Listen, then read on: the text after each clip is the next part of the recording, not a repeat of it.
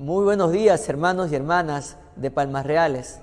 Estamos muy contentos de volvernos a encontrar a través de este medio y sobre todo en este día tan especial en la cual estamos celebrando el Día de las Madres. Desde ya, nuestro aprecio, nuestro cariño, a nombre del pastor Fernando Hidalgo, su servidor, pastor Martín Lazo, les deseamos a todas las mamitas muchas bendiciones en este día tan especial. Bueno, hoy y siempre, ¿verdad? Por ahora estamos separados por estas circunstancias que todos estamos pasando, pero ya llegará el momento de volvernos a encontrar y lógicamente con las indicaciones que nos den las autoridades y vernos nuevamente como hermanos. Por ahora nos estamos viendo, no todos, pero al menos un buen grupo, nos vemos los miércoles a través del Zoom y esperemos que más hermanos se vayan añadiendo cada miércoles para alabar al Señor, escuchar la palabra de Dios, tener un tiempo de dinámicas. Este miércoles estuvo muy bonito y bueno, y sobre todo tener un tiempo de intercesión unos por otros a través de la oración. En este día tan especial que es el Día de las Madres, quiero dedicar a mis hermanas un mensaje titulado De humillada a exaltada. Y para ello les invito a buscar el libro de 1 Samuel, el capítulo 1. 1 Samuel, capítulo 1. Vaya buscando ahí en su Biblia.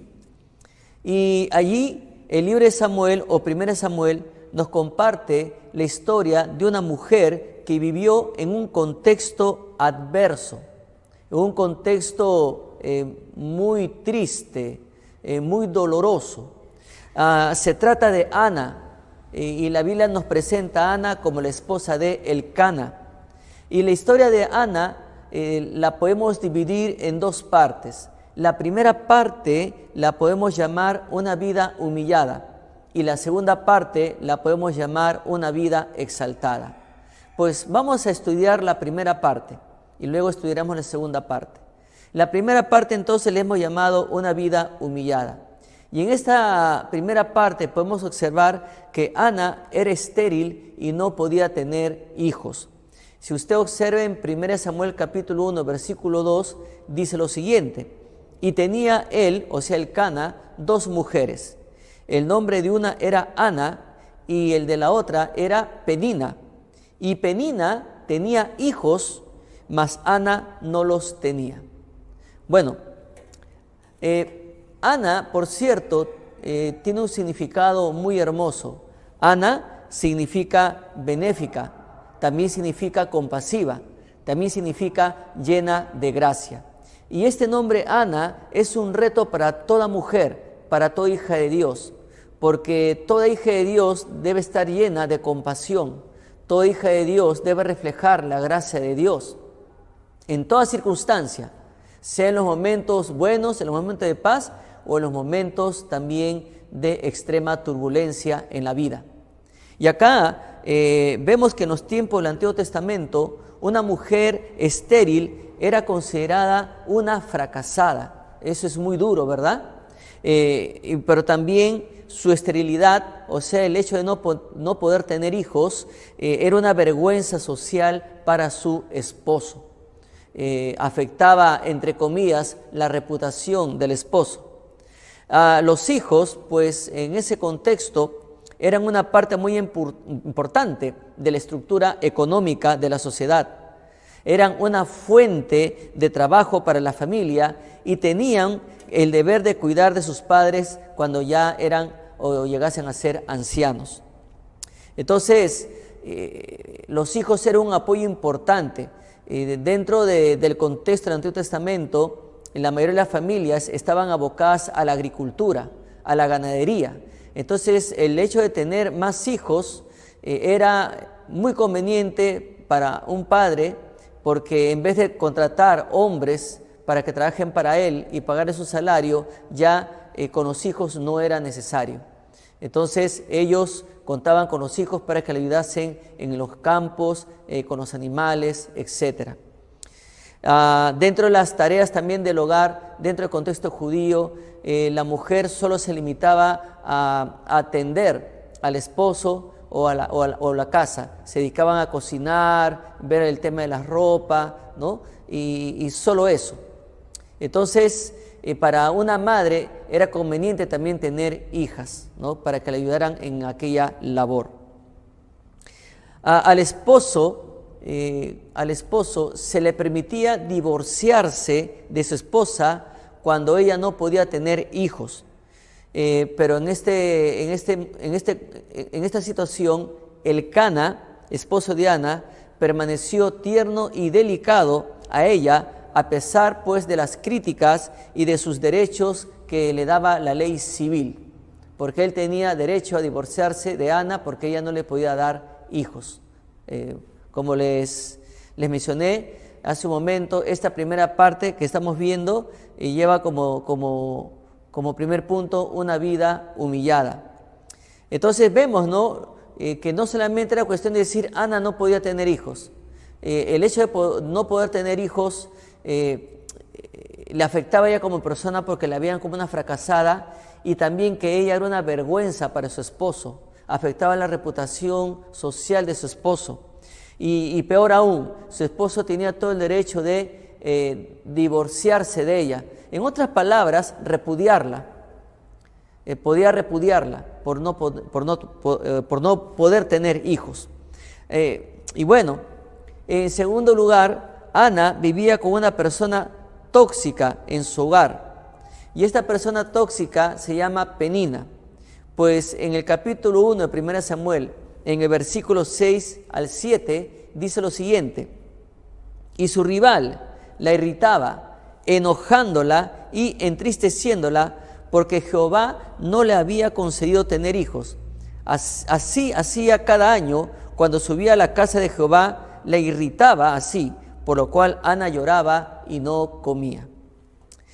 Hay un libro muy bueno que pues se titula Gente Tóxica. Es un libro muy interesante. Una oportunidad una de mis hijas me lo obsequió, y bueno, y este libro nos amplía bastante, ¿no?, cómo tratar con la gente tóxica. El autor es Bernardo Estamateas, ¿no? Y en su portada él dice cómo identificar y tratar a las personas que te complican la vida para relacionarte sanamente. Bueno, en la vida tenemos personas que nos complican la vida y nadie está libre de eso. Y en este libro Bernardo clasifica a las personas tóxicas de esta manera. Por ejemplo, las personas que les gusta culpar. Bueno, él en su libro los llama los meteculpas, ¿no? A aquellas personas que les gusta sentir culpable cuando en realidad no lo eres. Otra persona son los envidiosos. Otras son los que te descalifican. Otros los que te agreden verbalmente. Otros son los falsos. Otros son los psicópatas. Otros son los mediocres. Otros son los chismosos. Otros son los autoritarios. Otros son los neuróticos. Otros son los manipuladores. Otros son los orgullosos y otros son los quejosos. Pero la Biblia nos añade algo más: los burlones. Los burlones, ¿no? Qué interesante, porque Penina se burlaba de Ana, porque Ana no podía tener hijos. Entonces Penina califica como una persona tóxica, ¿no? Entonces, qué interesante, porque Proverbios capítulo 12, versículo 18 nos dice: hay hombres cuyas palabras son como golpes de espada, mas la lengua de los sabios es medicina. En Proverbios capítulo 12, versículo 18. Y qué interesante, porque las personas tóxicas te lanzan palabras que si tú no estás preparado puedes terminar derribado, como lo estuvo Ana. Y ahí la Biblia ampliamente nos dice, ¿no?, que Ana lloraba, Ana no comía, Ana estaba enojada, irritada, entristecida. Mire todo lo que había logrado Penina como persona tóxica. Y muchas veces hay personas que nos amargan la vida porque nosotros decidimos, lamentablemente, aceptar los efectos de sus ataques. Cuando Dios nos da la alternativa, la mejor alternativa que nos da Dios es perdonar, porque perdonando tú vas a tener paz, perdonando vas a llevar una vida saludable, no una vida amargada, no una vida enojada, no una vida irritada como Ana. Y Ana se irritó tanto. Ana prácticamente, ella sola se envenenaba más con los ingredientes que le lanzaba Penina. Y Ana, pues, inclusive llegó a tal punto de su depresión que hasta dejó de comer, porque ella misma decidió. Entonces, nosotros tenemos la oportunidad de enfrentar con sabiduría los ataques que pueden lanzarnos las personas. Hermana, muchas veces seguramente usted ha recibido ataques de algún familiar, de alguna amistad, en el trabajo o donde estudia. Hay hermanas que son madres y a la vez estudian también en la universidad, y desde ya mis elogios para ellas, ¿no? Hay hermanas que estudian y trabajan y tienen hijos. Hay hermanas que son madres solteras y batallan cada día para que sus hijos se logren, ¿no? Son mujeres, como una vez salió, y me muero por tener ese libro, Mujeres Coraje, ¿no? Ahí hay donde mencionan mujeres que se volvieron exitosas en medio de la adversidad, ¿no? Y hay testimonio de mujeres que viven en Huaycán, en El Salvador, en lugares donde de repente uno, cuando ve el lugar, uno se queda observando ese lugar y dice: acá no hay oportunidad de progreso. Bueno, para estas mujeres el lugar, la situación en que vivían, la situación adversa no fue motivo para rendirse, ¿no? Entonces, y bueno, pero qué curioso, ¿no?, lo que dice Proverbios 12:18. Hay hombres cuyas palabras son como golpes de espada, pero más la lengua de los sabios es medicina. Hermana, ¿has recibido algún tipo de ofensa tóxica? Pues recurre a la palabra de Dios. Siempre ten la palabra de Dios presente en tu corazón. ¿Por qué? Porque dice que más la lengua de los sabios es medicina. ¿Dónde encontramos la sabiduría? En la palabra de Dios. En la palabra de Dios, hermana amada. Entonces, cuando tengas tú ataques tóxicos, recurre inmediatamente a la palabra de Dios. Alguien te dice algo, eres víctima de una chimuzaría, de una murmuración, o tu familiar te trató mal, tu esposo te trató mal, tu hijo se portó mal contigo, inmediatamente acude a la palabra de Dios, que siempre debe estar reinando en tu corazón, a la fuente de la sabiduría. Entonces, ¿por qué? Porque la sabiduría o la palabra de Dios es medicina, y medicina para tu alma. Curiosamente, Penina significa uno con rico cabello, ¿no? Eso es lo que significa Penina, uno con rico cabello, o coral o perla.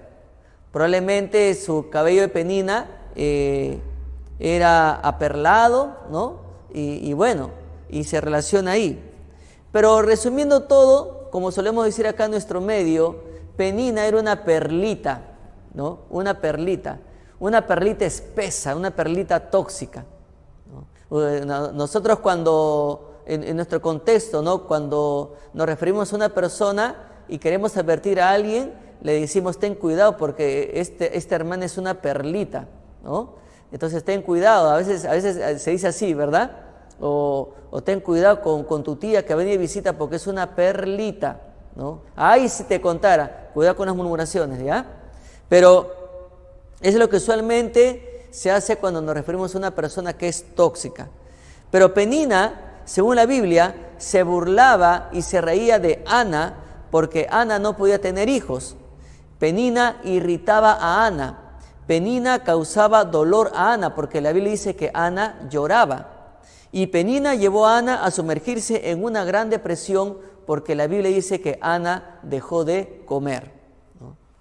Bueno, ahora nosotros, ante cualquier circunstancia adversa o ofensiva que podamos tener, la Biblia nos enseña que debemos ser sabios para decir sí o para decir no.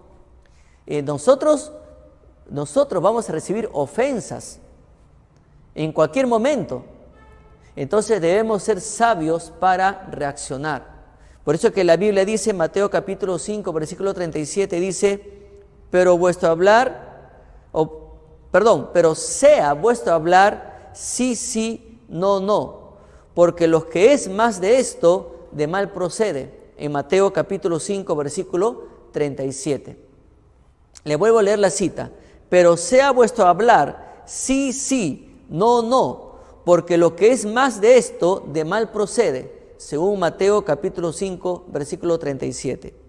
Muchas veces, hermanas, muchas veces estamos expuestos a diferentes tipos de ofensas. Y hay que saber decir en su momento no. No solamente a la persona que te está ofendiendo, sino también a ti misma, hermana, a ti misma.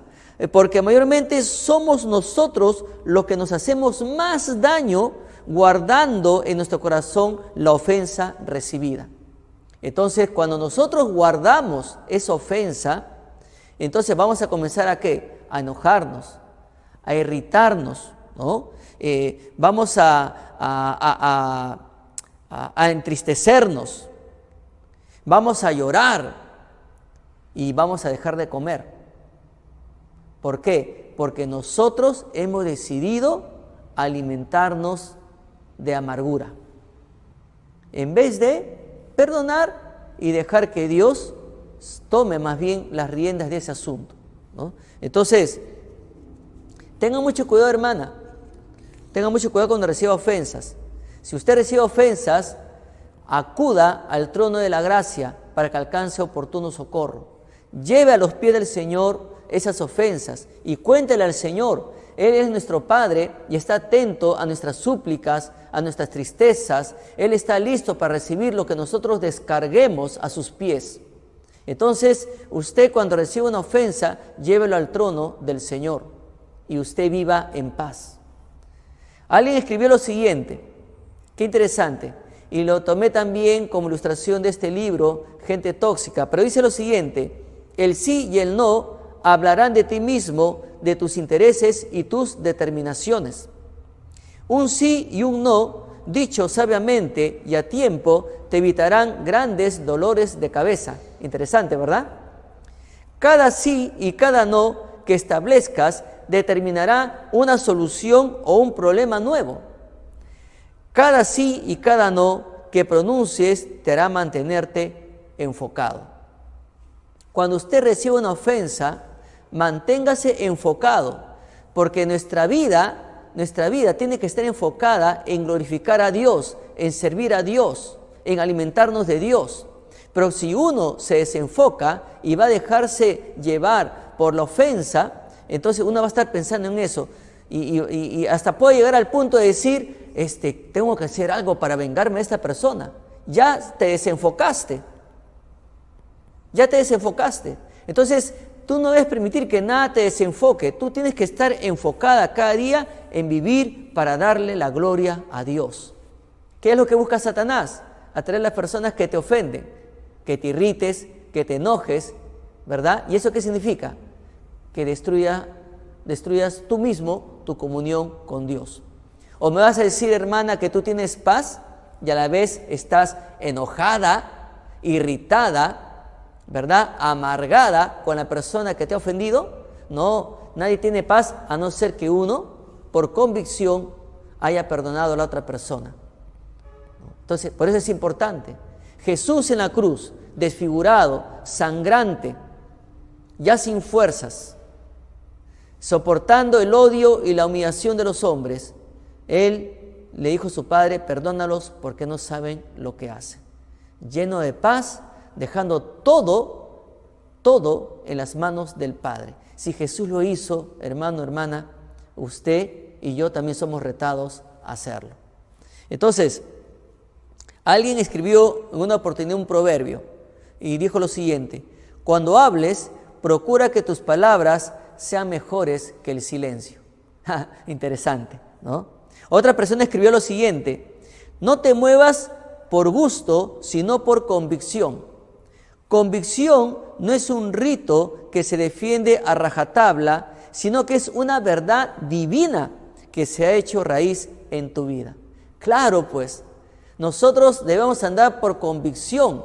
¿Y en dónde está basada nuestra convicción? En las enseñanzas de la palabra de Dios. Entonces, ahí tus convicciones tienen que estar fundamentadas en la palabra de Dios, hermana. Entonces, cuando venga la ofensa, tú vas a poder perdonar en el Señor, porque estás con convicciones basadas con el fundamento bendito de la palabra de Dios. Pero también en este contexto de una vida humillada, Ana no recibió la ayuda del sacerdote, ¿no? Y ahí en 1 Samuel capítulo 1, versículo 12 hasta el 18, dice lo siguiente: mientras ella oraba largamente delante de Jehová, Elí estaba observando la boca de ella, pero Ana hablaba en su corazón y solamente se movían sus labios y su voz no se oía. Y Elí la tuvo por ebria. Entonces le dijo Elí: ¿hasta cuándo estarás ebria? Digiere tu vino. Y Ana le respondió diciendo: no, Señor mío, yo soy una mujer atribulada de espíritu. No he bebido vino ni sidra, sino que he derramado mi alma delante de Jehová. No tengas a tu sierva por una mujer impía, porque por la magnitud de mis congojas y de mi aflicción he hablado hasta ahora. Elí respondió y dijo: ve en paz, y el Dios de Israel te otorgue la petición que le has hecho. Y ella le dijo: halle tu sierva gracia delante de tus ojos. Y se fue la mujer por su camino y comió, y no estuvo más triste, ¿no? Elí entonces observó que ella movía sus labios. Elí pensó que estaba ebria. Elí se apresuró a juzgarla, porque Elí le dijo: tienes que venir borracha, abandona el vino. Prácticamente le dijo eso Elí a ella. Pero Ana reaccionó con respeto, ¿no?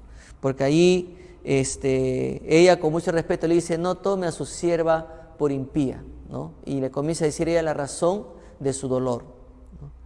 Entonces, Ana pues, estimada hermana, Ana pues representa a esa mujer creyente que sufre a causa de los golpes de la vida, que en su momento debe soportar a personas que atentan contra su persona, que atentan contra su familia.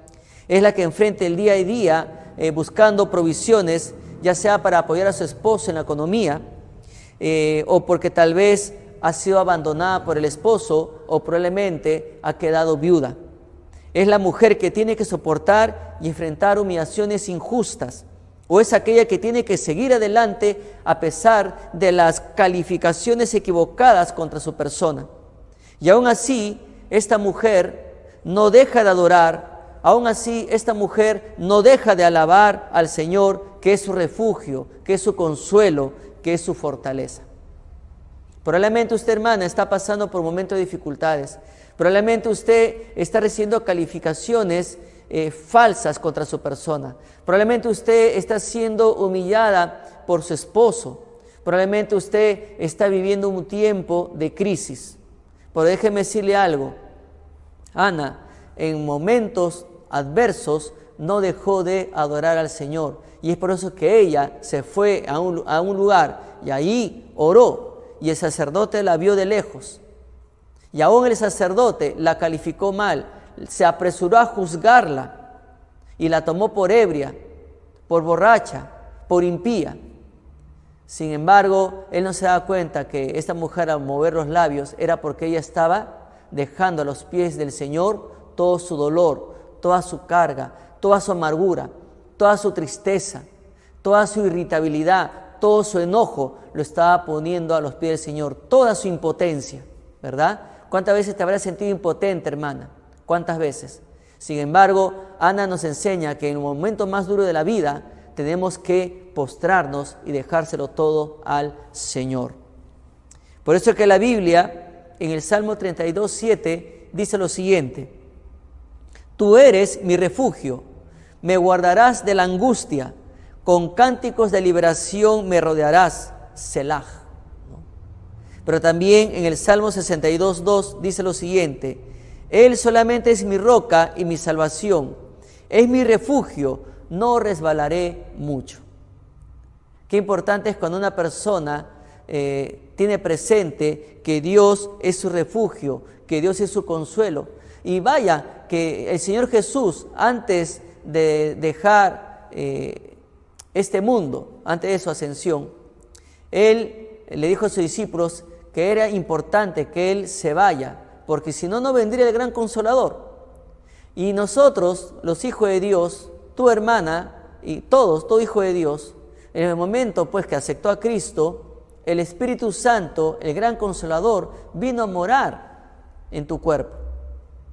De tal manera que el consuelo de Dios, a través del Espíritu Santo, está permanente las 24 horas del día, desde el momento que aceptamos a Cristo. En otras palabras, hermana amada, no estás sola, no estás sola. Debes tener la plena seguridad, a la luz de la palabra de Dios, que en los momentos más tristes tienes el consuelo de Dios en tu corazón, la fortaleza de Dios en tu corazón. ¿Por qué? Porque Dios es nuestro refugio. Luego entramos pues a la segunda parte, ¿no?, de este sermón. Hemos visto una vida humillada, pero ahora entramos a lo que es una vida exaltada. Y vemos cómo Dios usa personas para que nos hagan recordar que somos importantes para Dios. Entonces, y Dios usa a Elcana, el esposo de Ana. Y dice la Biblia que su esposo la animaba. Ahí en el capítulo 1, versículo 8 de 1 Samuel, dice lo siguiente: y Elcana, su marido, le dijo: Ana, ¿por qué lloras? ¿Por qué no comes? ¿Y por qué está afligido tu corazón? ¿No te soy yo mejor que 10 hijos? Poderosas palabras de un esposo que está preocupado por su esposa, y que en ese momento Dios está usando para que Ana vuelva en sí, porque la amargura, la irritabilidad, el enojo, el dolor, la tristeza, la depresión, la habían desenfocado, la habían desviado, y ya no estaba glorificando a Dios, sino que estaba llena de amargura. Entonces Elcana, interesante, Elcana significa Dios ha redimido, Dios ha provisto, Dios ha obtenido, Dios ha poseído. Eso significa Elcana. Y Elcana la vio llorar.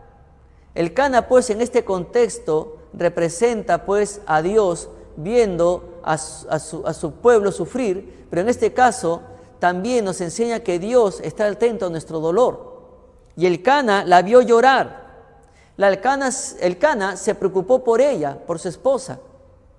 Y así como Dios se preocupó por su pueblo, que no le falte el sustento, que no le falte el agua en el desierto, que no le falte la carne, que no le falte el pan, ¿verdad? Y Dios siempre está atento a la necesidad de su pueblo.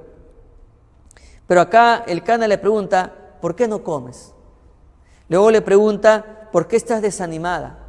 Luego le pregunta: ¿solo por no tener hijos estás desanimada? Y luego él le dice: ¿acaso yo no soy mejor que tener 10 hijos? O sea, él buscaba todos los medios para que Ana volviera en sí, para que Ana reaccionara.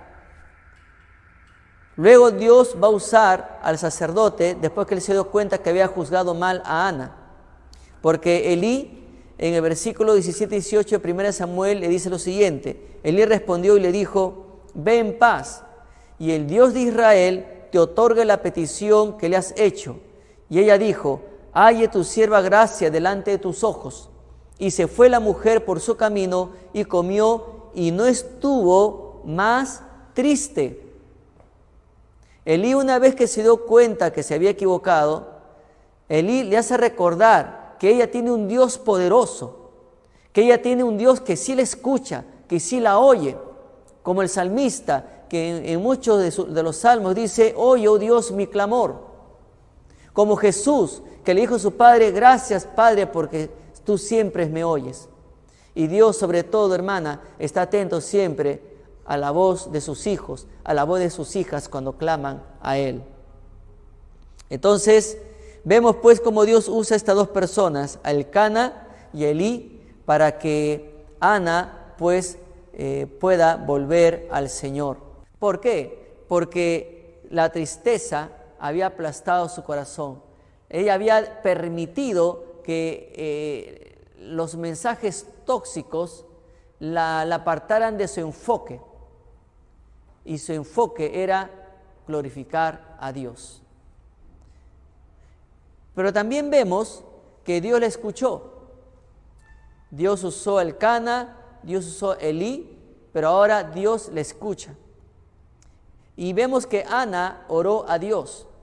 Y en el versículo 9 al versículo 11 del capítulo 1 de 1 de Samuel dice lo siguiente: y se levantó Ana después que hubo comido y bebido en Silo, y mientras el sacerdote Elí estaba sentado en una silla junto a un pilar del templo de Jehová, ella con amargura de alma oró a Jehová y lloró abundantemente, e hizo voto, diciendo: Jehová de los ejércitos, si te dignares mirar a la aflicción de tu sierva, y te acordares de mí, y no te olvidares de tu sierva, sino que dieres a tu sierva un hijo varón, yo lo dedicaré a Jehová todos los días de su vida, y no pasará navaja sobre su cabeza. Qué interesantes palabras. Y acá, pues, vemos que esta mujer está haciendo un pacto con Dios, ¿no? Señor, si tú me das un hijo, ese hijo va a ser para ti. Y esto nos lleva a reflexionar, hermana linda, hermana en Cristo. Tú debes dar gracias a Dios que te ha dado hijos maravillosos. Pero también, por otra parte, cuando llegó esa criatura al Señor, ¿lo dedicaste al Señor? ¿Lo entregaste al Señor? Los que ya son padres recientes, que todavía sus hijitos son bebitos, bebitas, ¿verdad? ¿Han dedicado sus hijos al Señor? Ahora, dedicar nuestros hijos al Señor tiene una importancia muy delicada. ¿Por qué? Porque en el transcurso de la vida, nosotros como padres tenemos que encaminarnos en los caminos del Señor. Y llegado el momento, ya sea en su adolescencia o en su temprana juventud, ellos decidirán, tomarán decisiones. Y ellos decidirán si van a seguir al Señor, si van a seguir honrando al Señor, o ellos decidirán darle la espalda al Señor. Pero como padres, nosotros tenemos que cumplir con la enseñanza, con lo que Dios nos ha encomendado, porque la Biblia dice claramente que herencia de Jehová son los hijos. Entonces, nosotros durante su niñez, durante su adolescencia y durante su juventud, tenemos que encaminarnos en los caminos del Señor. Y ya, ¿por qué? Porque el día que ellos tomen sus decisiones, ¿no? Si es para continuar amando al Señor, gloria al Señor. Si es para apartarse del Señor, bueno, ante los ojos de Dios tus manos están limpias. ¿Por qué? Porque tú cumpliste ante los ojos de Dios educar a tus hijos, encaminarlos en los caminos de nuestro Padre Celestial. Y si ellos en el camino deciden apartarse del Señor, no nos queda a nosotros más que orar y pedir a Dios que obre para que ellos vuelvan al redil. Pero por otra parte, hermana y hermanos, que son padres, esposos, por otra parte, ¿qué vas a hacer si Dios llama a tu hijo, a tu hija, para que le sirva a tiempo completo? ¿Te vas a molestar? ¿Te vas a incomodar? ¿Qué le vas a decir a tu hijo? ¿Vas a terminar en ese lugar muriéndote de hambre, arriesgándote, cuando puedes ser un ingeniero, un arquitecto, un médico? ¿Para qué vas a perder tiempo ahí? ¿Eso va a salir de sus labios, hermano, hermana, usted que es hijo de Dios, que es hija de Dios? ¿Eso va a salir de sus labios? ¿Esa va a ser su reacción de usted, como si fuera un inconverso? Más bien, yo diría que debe ser un privilegio que Dios llame a uno de sus hijos para que le sirva a tiempo completo. Yo recuerdo hace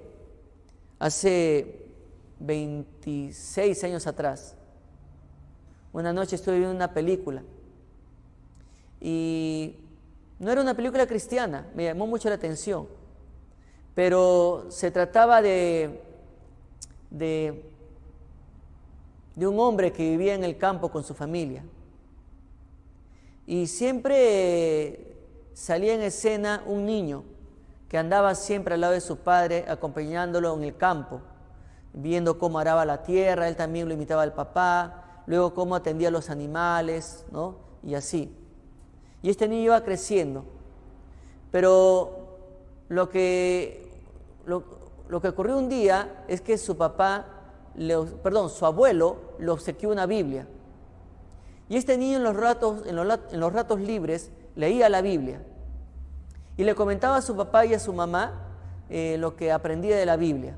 Su papá y su mamá lógicamente no estaban interesados en eso, pero lo escuchaban.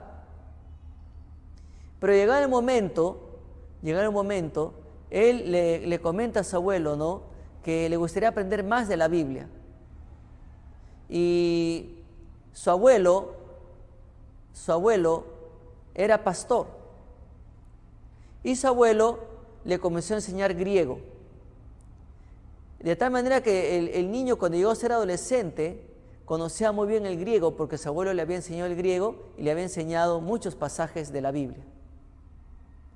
Entonces, el abuelo le comenzó a él a enseñar la palabra de Dios, le comenzó a enseñar el griego, y llegó un momento que el muchacho ya joven le dice a su padre: tengo una carga en mi corazón de servir a Dios, pero necesito prepararme.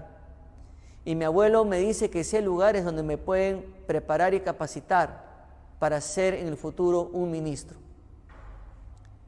Y el papá se puso de pie, el papá que era inconverso y la mamá se pusieron de pie, y el papá le dijo: hijo, para nosotros es un honor que tú seas un ministro de Dios. Si Dios te ha llamado para que seas un ministro, entonces ve, porque vas a honrar a esta familia. Me quedé impresionado, ¿no?, que un padre inconverso le diga eso a su hijo, ¿no? Entonces, y resulta que la película, ¿cómo termina?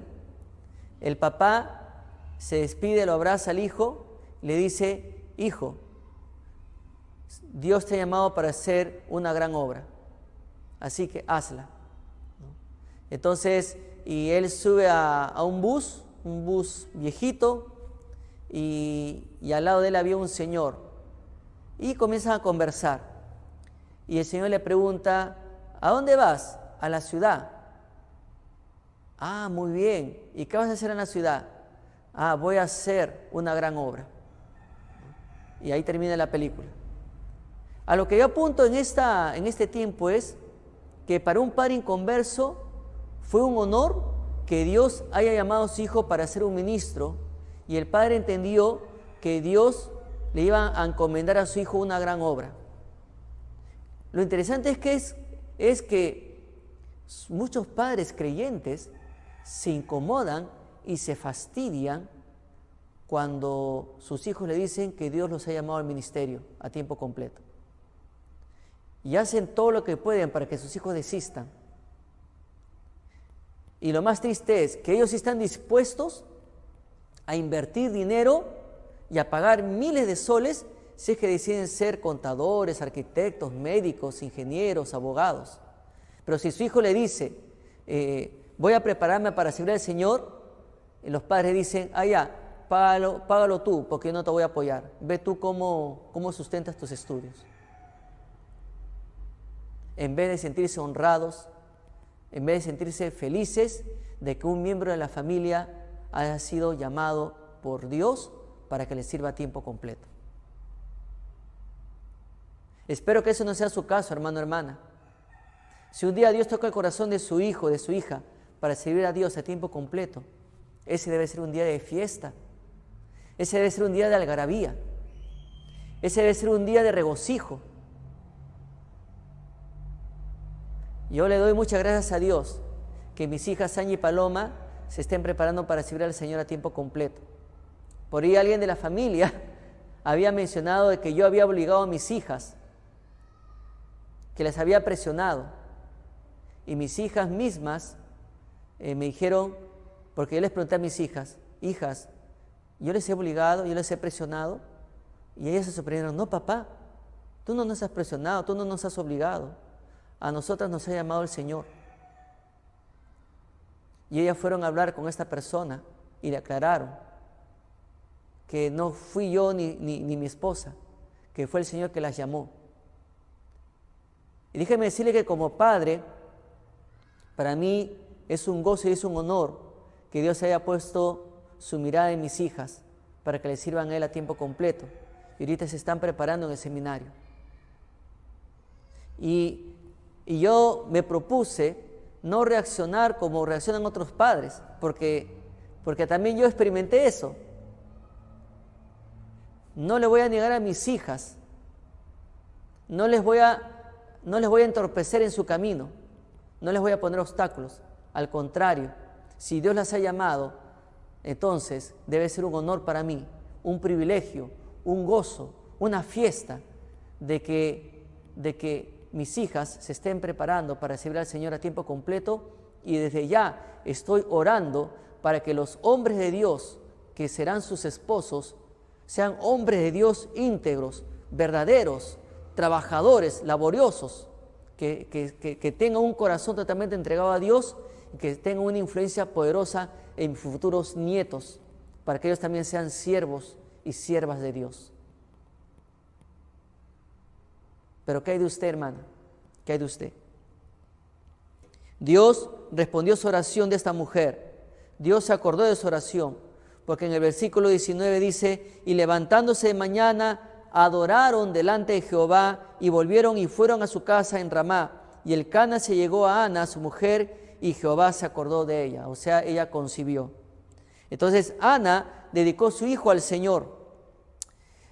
4 años después, o sea, después de que el niño nació, ella, pues en agradecimiento, lo presenta al Señor, lo entrega al Señor, ¿no?, por haber respondido su oración. Pues Elcana representa ese Dios que es compasivo, ese Dios que comprende, ese Dios que no es ajeno a nuestras angustias, ese Dios que no es ajeno a nuestros dolores, a nuestras preocupaciones. Por eso que el Salmo 18, en el versículo 1 dice: te amo, oh Jehová, fortaleza mía, Jehová, roca mía y castillo mío y mi libertador, Dios mío, fortaleza mía, en Él confiaré, mi escudo y la fuerza de mi salvación, mi alto refugio. Invocaré a Jehová, quien es digno de ser alabado, y seré salvo de mis enemigos.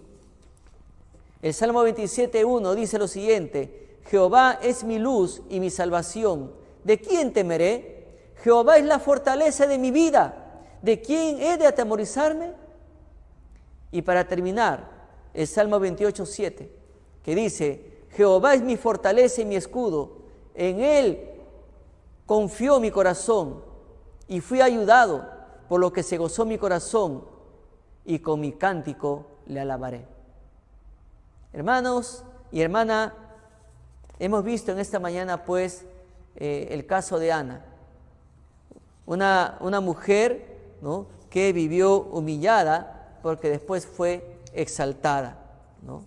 Entonces, hermana, confíe en el Señor, confíe en el Señor, no dude de que Él está atento a su clamor, no dude de que Él va a escuchar su oración, tenga convicciones bíblicas. Cuando la ofensa venga, usted reaccione con sabiduría basada en la palabra de Dios. ¿Qué le parece si oramos? Padre Santo, gracias te damos en esta mañana que estamos celebrando el Día de la Madre. Gracias porque tú nos hablas a través de la vida de Ana y cómo usaste a Elcana, inclusive la misma Penina, Señor, y usaste también al sacerdote Elí, y Señor también tu presencia misma. Y Padre, gracias te damos por estas lecciones, Señor, que tú nos das a través de la vida de Ana. Señor, si hay una hermana, una madre que está pasando por crisis, que está siendo atacada, Señor, por personas tóxicas en su vida, que vive una vida de constante humillación, te ruego, Señor, que mis hermanas no olviden que tú las has exaltado, que tú las has dignificado, Señor, desde el momento que aceptaron a Cristo en su corazón. Y Padre, te ruego, Señor, que tú consueles su corazón, que las fortalezcas, Señor, a toda hermana que está pasando por momentos difíciles. Padre, gracias te damos por este tiempo En el nombre de nuestro Señor y Salvador Jesús. Amén. Hermanas, que pasen un lindo día en compañía de su familia. Y nunca se imaginó que iba a pasar un día de la madre en cuarentena, ¿verdad? Pero Dios es sabio, hermana, Dios sabe lo que hace. Que pase un lindo día unida en su familia. Que Dios las bendiga en este día. Nos vemos en la noche.